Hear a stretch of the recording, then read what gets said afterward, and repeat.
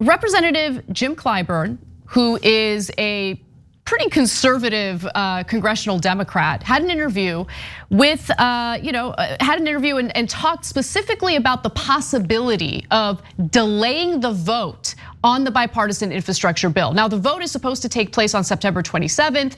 He seemed to be more in favor of, focusing on that bill.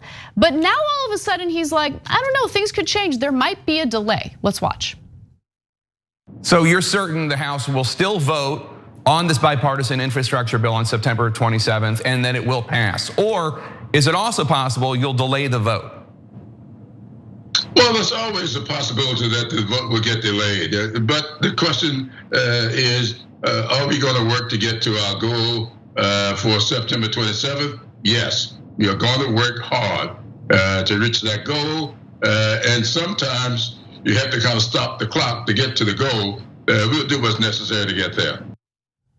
So with Representative Clyburn saying that there's a possibility for a delay on the vote for the bipartisan bill, you now have other conservative members of Congress coming forward saying like, nope, that would be a big mistake. Let's go back to Schrader, who says that'd be foolish on their part. Schrader said, noting that Clyburn, Pelosi, and House Majority Leader Steny Hoyer were in the room when the promise was made to them to take up the infrastructure plan on September 27th. That would indicate they're not playing fair at the sandbox. It would be a travesty if they try to play games. But what about you guys playing games?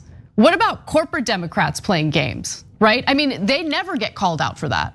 Yeah, and so that's of course, as usual, one of the problems here because the mainstream media paints the corporate backed bill as bipartisan and moderate and wonderful, and it was so hard to reach, but they were American heroes for reaching that deal. Mitch McConnell approves of it, so it must be great. It privatizes public infrastructure. Right. That alone is something you should know about. Right, so of course, since it's totally a corporate bill, the corporate media loves it and paints it as very positive.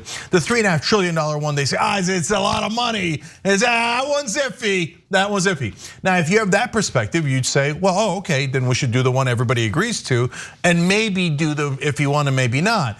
But the reality is, no, the first one sucks. It's backed by corporations for completely their own benefit. The second one has actually all of the progressive priorities. And by that, I mean, in this case, Democratic priorities that Pelosi, Schumer, and Biden agreed to and championed.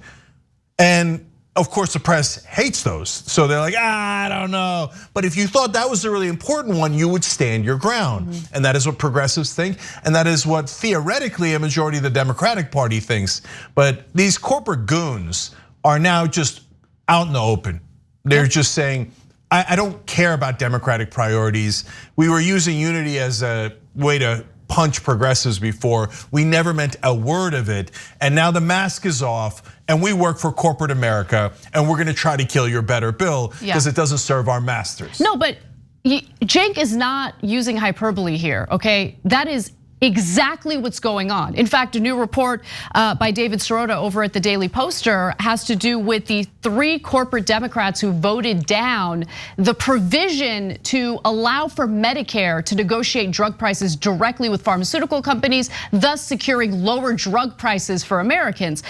Peters, Kurt Schrader, and Kathleen Rice, all 3 of them voted that down in the House Energy Committee, right?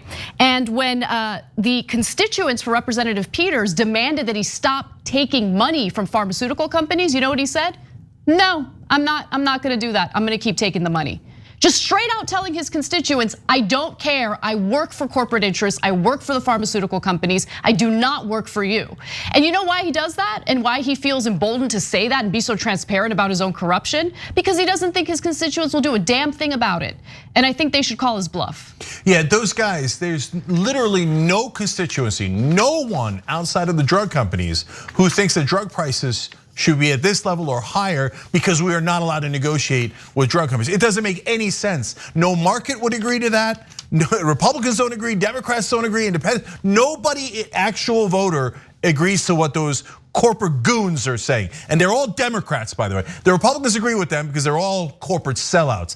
Every Republican politician works for corporate America, okay? But those goons in the Democratic Party are saying, We are against every single voter. We will brazenly take bribes and serve the people who gave us those bribes, which are the drug companies. That's who Kurt Schrader is. That's who Krista Sinema and Joe Manchin are. And every one of those, Peters, Rice, all of them. And they should be called what they are, corrupt. Thanks for watching The Young Turks, really appreciate it. Another way to show support is through YouTube memberships. You'll get to interact with us more. There's live chat emojis, badges. You've got emojis of me, Anna, John, JR. So those are super fun. But you also get playback of our exclusive member-only shows and specials right after they air.